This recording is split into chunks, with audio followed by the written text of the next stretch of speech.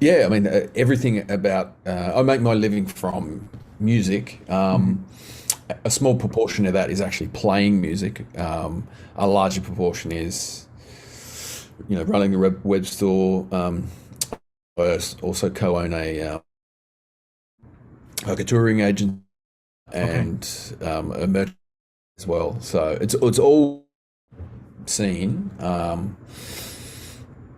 but the playing part is obviously that's my favorite part. Of course, yes. And I've seen you guys playing twice, once with the Obituary at London, Oh yeah. and the other time with Nile at also London. Oh, Yeah, I can especially more to see uh, you, to see you then, because I've seen the other bands many times before, but I never seen you guys playing. So I was very excited. Um, because I find your band to be more unique than the other, technical death metal. You can hear everything. You can hear every instrument, and I love that. Plus, it doesn't tire you. You just want to hear more of it, and I love that. uh, So live that's is awesome. the same experience. So yes, I'm a big fan. Yeah, I guess we were a little bit different.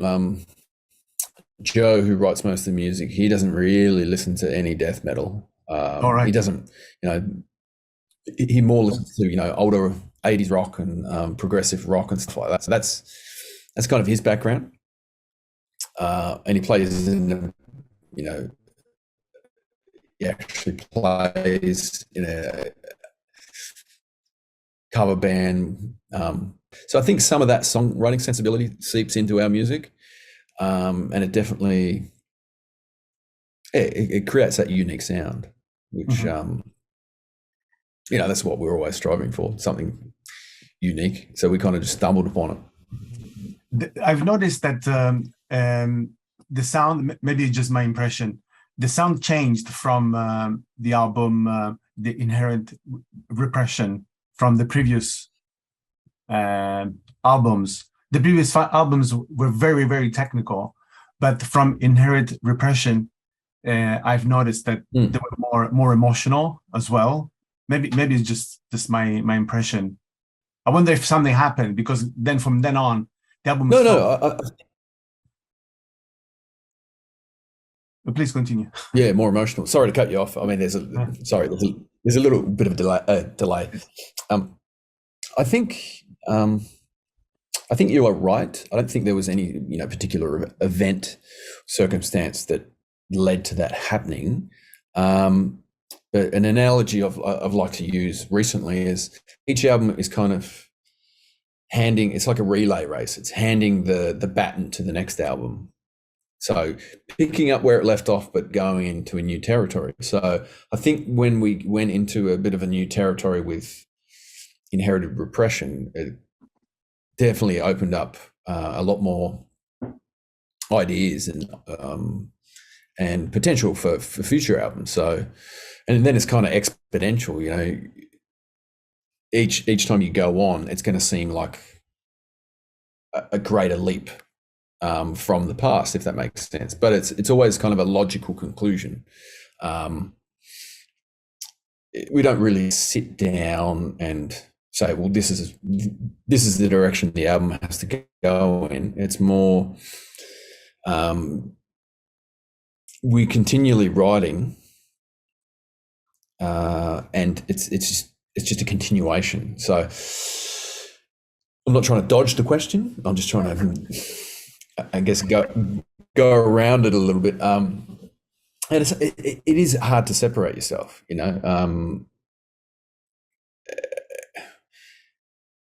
Sometimes I don't even know which songs come off which album. So once an album's done, that's kind of like that's the full stop to that musical time in your life, and that's the representation of everything that's happening at that point in time. And then the next album, it kind of as we continually writing the whole time. So when the next album comes along, that's like the snapshot of that point in time. Um, yeah, that's a roundabout way to answer the question. And No, because also the I've noticed that the album artwork changed as well, and the lyrics.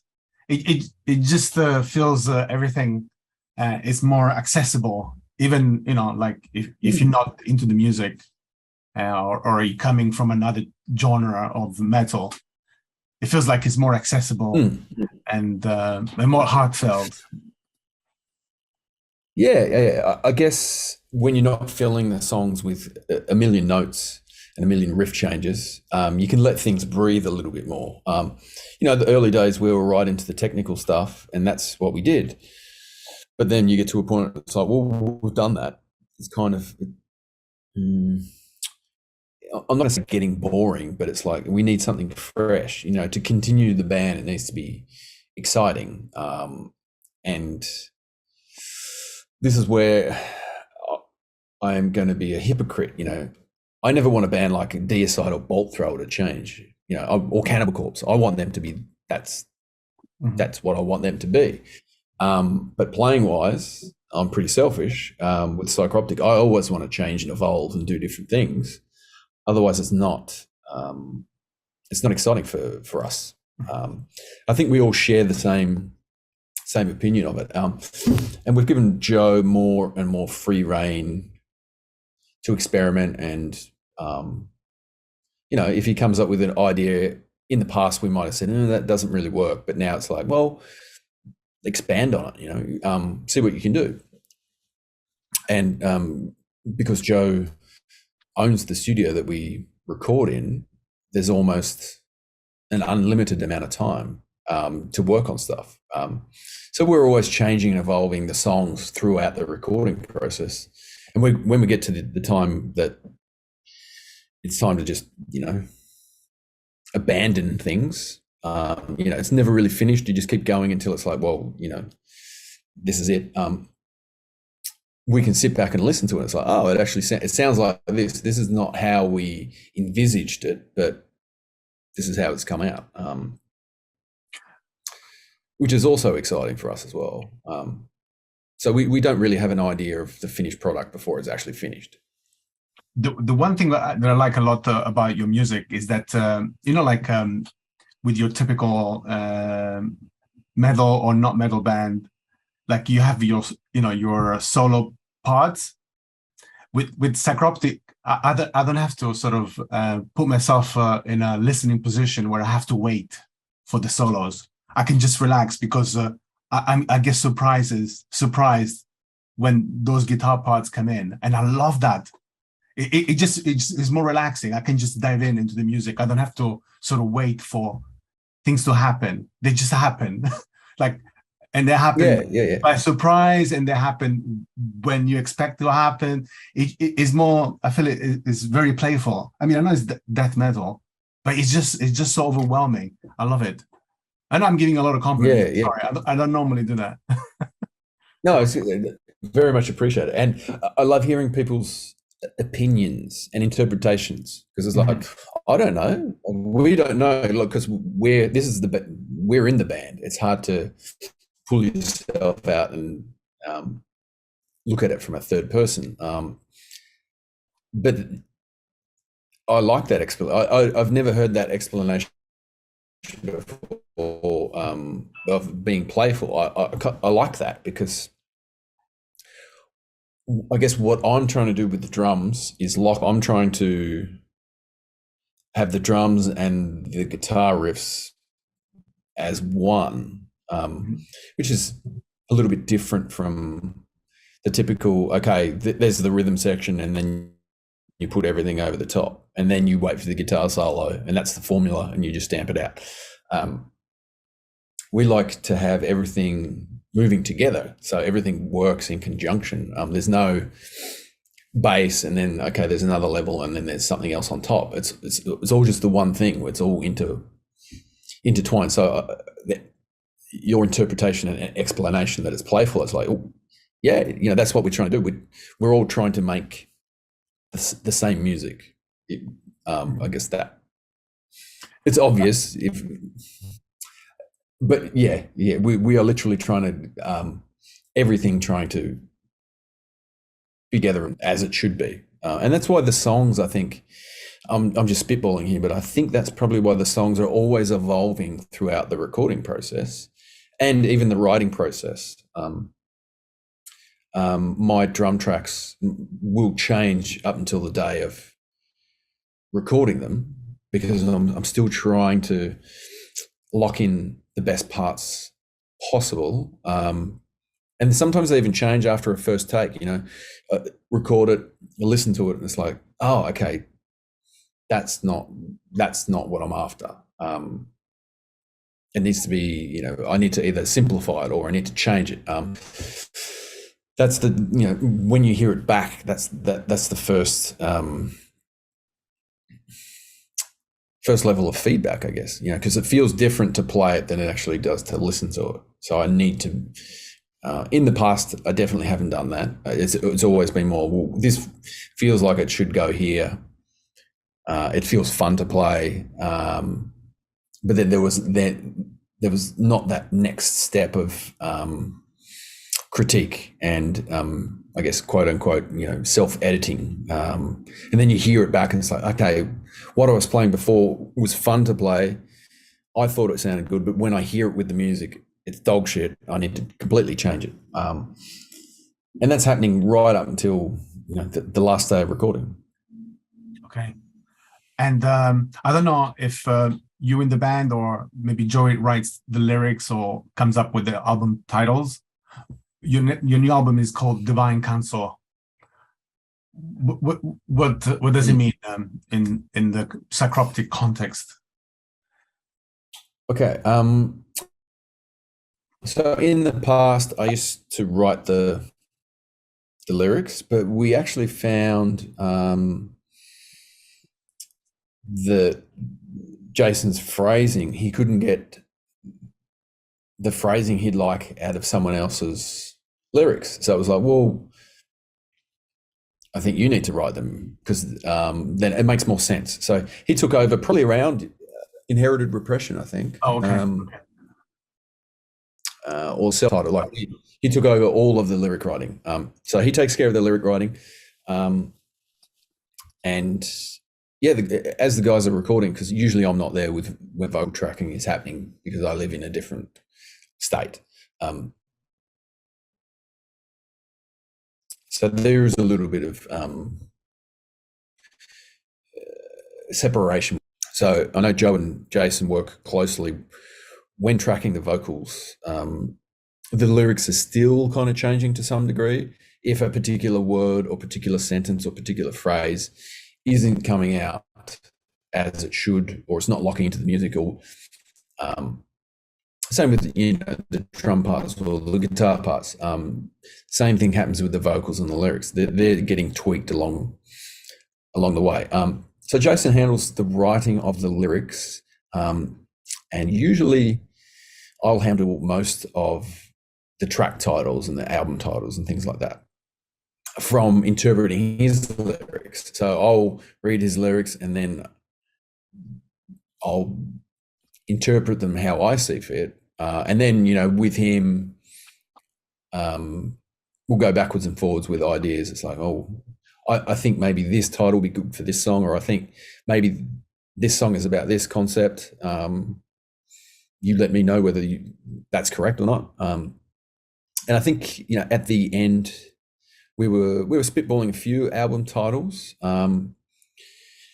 We settled on one that we thought was killer, and then we noticed that there was a album that came out the month before with that title, and I was like, okay, well, what was the title? That's that gone.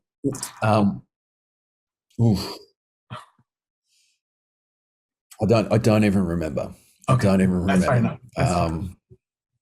Yeah, but I guess it couldn't have been strong enough for us to want to fight for it. We were just like, oh well, someone else has done it, so let's get rid of it. I think the Divine Council title, when we saw the artwork, because the art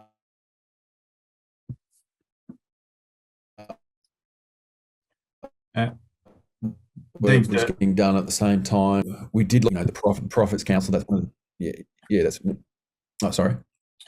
The line was breaking up, so I couldn't hear what you were saying. Could you please start from the artwork bit, please? Okay, sure. When we saw the artwork, that's where the divine bit came in, because it's very it looks quite ancient, and then quite spiritual in a way. Whatever gods you want to put over it, that is what that that being is. In the artwork, it is a quote unquote god like figure. Well, that's where the divine bit came from. And then the council, we like the prophets' council. So I thought, well, let's put down divine council on a list, and that's the one that we kind of all came back to.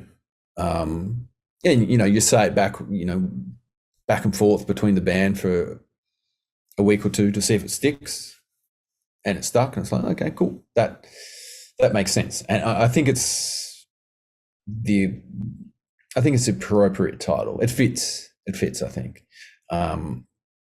I don't have any more of an elaborate answer. It wasn't planned from the start. It was definitely at the end. That's where it all came together. And that comes back to the album, both writing and recording, is always in a constant state of flux. It doesn't get finalized until it's all done, including the lyrics, including the album title. And yeah, that's I guess, it comes back to the playful nature that you were talking about. Like, everything can change until it's done, and then you can't. And then we don't change it. That's how the songs are. That's how we need to replicate them live. And did you work with Eliran in a specific way? Did you give a brief? Did you give ideas? We gave a loose brief. So the last 3 albums, we've actually given the same brief to every artist, okay, which is killer, because we also give them free reign. It's like, here is a loose brief. If you're working with an artist, you trust the artist, you like their work, and it's like, you don't want to restrict them. And there's not many other positions where you get to commission amazing artists, not because you want to, you have to. We have to commission an artist to do the artwork for the album. In general day-to-day life, we would never be able to do that. So it's definitely a privilege. As part of the process, we get to work with these amazing artists. So you don't want to hamstring them. You literally, no pun intended or pun intended, you give them a blank canvas. It's like, you go for it. Like, we like your art, we trust you. There's always going to be an element of risk. And when we get the email back, I'm always very nervous. It's like, oh, I hope this is good. I hope I like it. And we've been very fortunate to have some amazing artwork. I think we do get the best out of the artists because of that freedom that we give them. So you interpret this how you see fit. And I don't know whether it's just lip service, but a lot of the artists have said that they appreciate it, and they have a bit more fun working with it because they do have this freedom. Also, I would imagine they would feel more relaxed and to just let it go rather than to have. Yeah, exactly. And so, some artists want the lyrics. Some artists want some music as well. Eliran wanted to hear the music beforehand. It was like, sure, here's the music, here's the lyrics, here is a brief, here is a concept. Is it fair? Is it okay for me to ask? Because since you mentioned that in many of the releases you actually said the same brief. What is that brief? Just roughly. Like does it have roughly, to be okay? So roughly. Roughly the brief is short. But it's the artist's interpretation of a godlike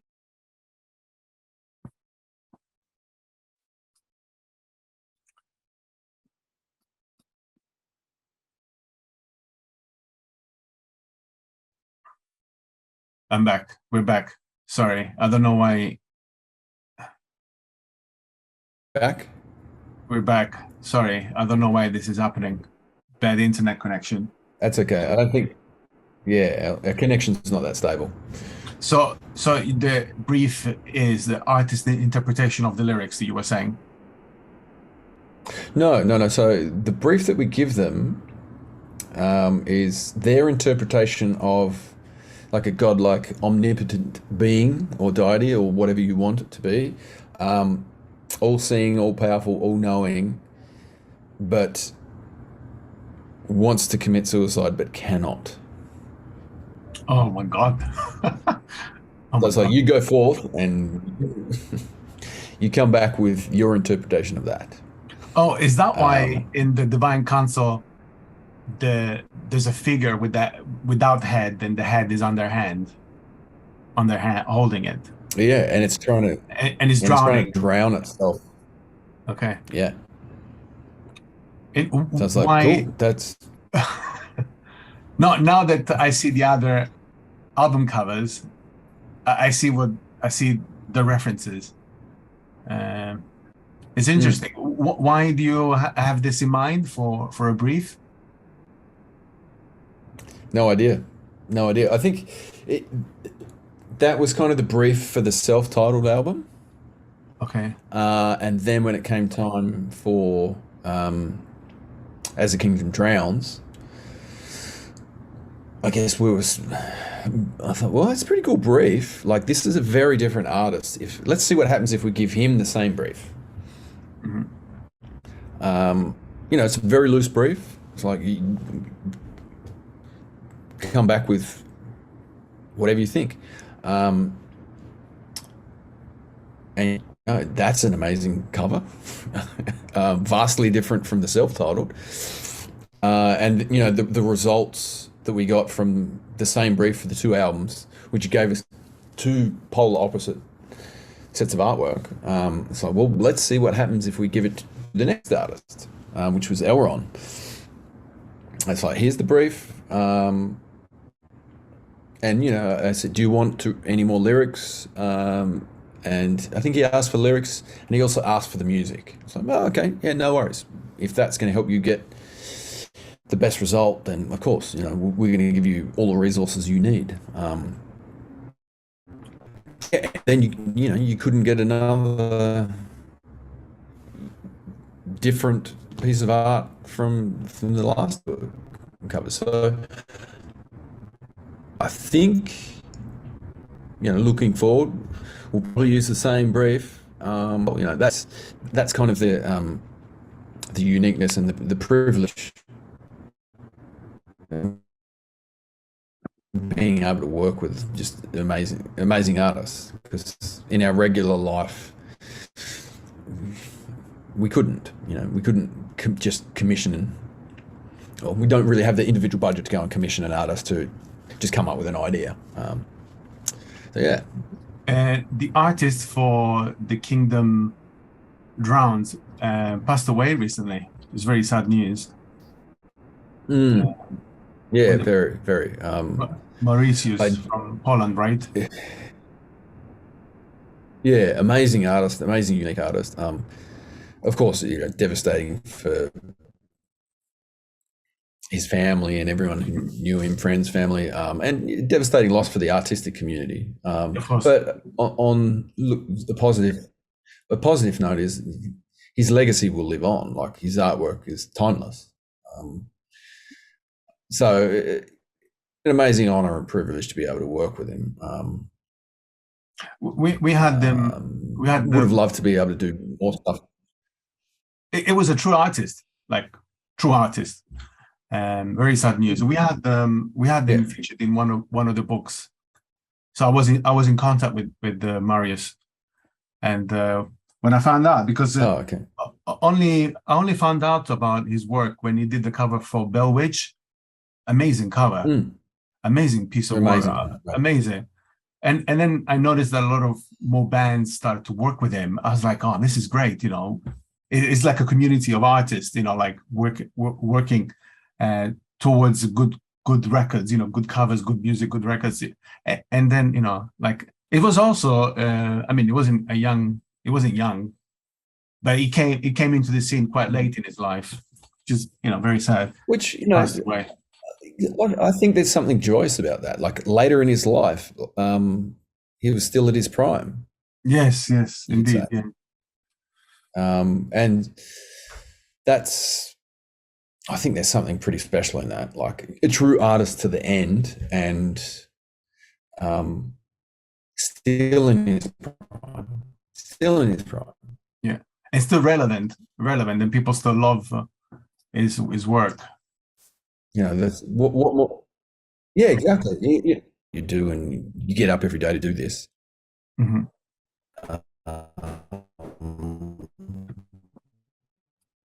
Then you've still got passion till the end, till whatever end that might be. The line is really bad. I have a couple of more questions. I mean, I'm happy to continue. What do you reckon? Shall we end it? Yeah. If I'm happy to continue, it's fine. Just as long as you get good recordings that you can use. Is it okay if we end it here, and then I'll see how much I have, because I want to use the interview for the new magazine. If you've got follow-up questions. Yes. Yeah. Can I just send them to you, or maybe we can do another call? For sure. Like, yeah. Whatever you need, you let me know, and we can either do another call, and hopefully the connection's a little bit better. Okay.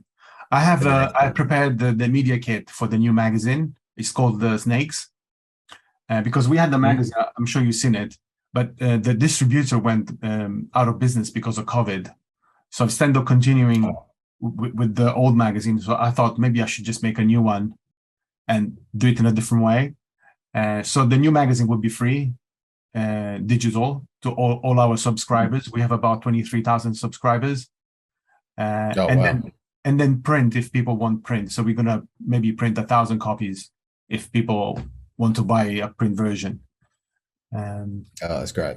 So I was planning to have this interview for the first issue. So please, if I have not enough material, because in the new magazine I want to have in-depth interviews, because sometimes you pick a magazine and the interview is like a page. I don't know. You can't really have much of a chat in one page. So I want to have lengthy conversations. So yes, I'll see how much I have, and then please, if I need more, I can maybe send you a couple more questions, if that's okay. Oh, for sure. Or even we can do another call. This has been a very, very enjoyable interview. So I'm happy to do as much as you need. Thank you very much. I hope my questions were not too nosy or anything. Oh, no. This is the best type. Like, it felt like a chat. It just felt like we're talking. So, cool.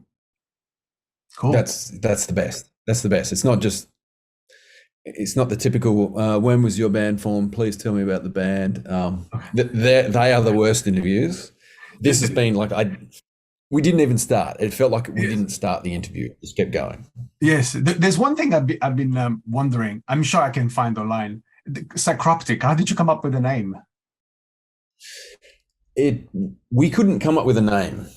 So Psycroptic doesn't mean anything. We couldn't come up with a name. We had our first gig booked, and it was a friend of our previous singer. He wasn't even into metal. I think he just found it funny that we couldn't come up with a name. He's like, I can make a name. Psycroptic. There you go. Easy.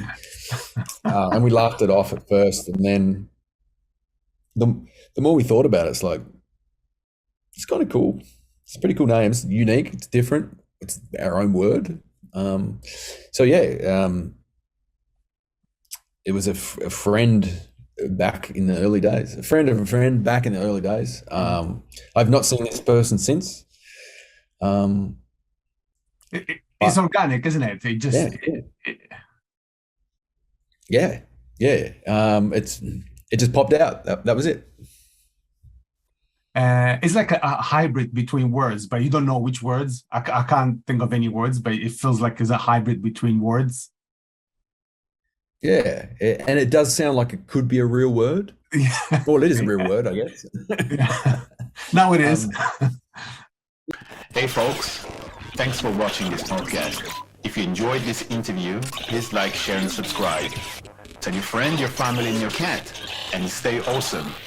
Don't forget to check out our store at www.headingmusicartwork.com. Ciao for now. Preview.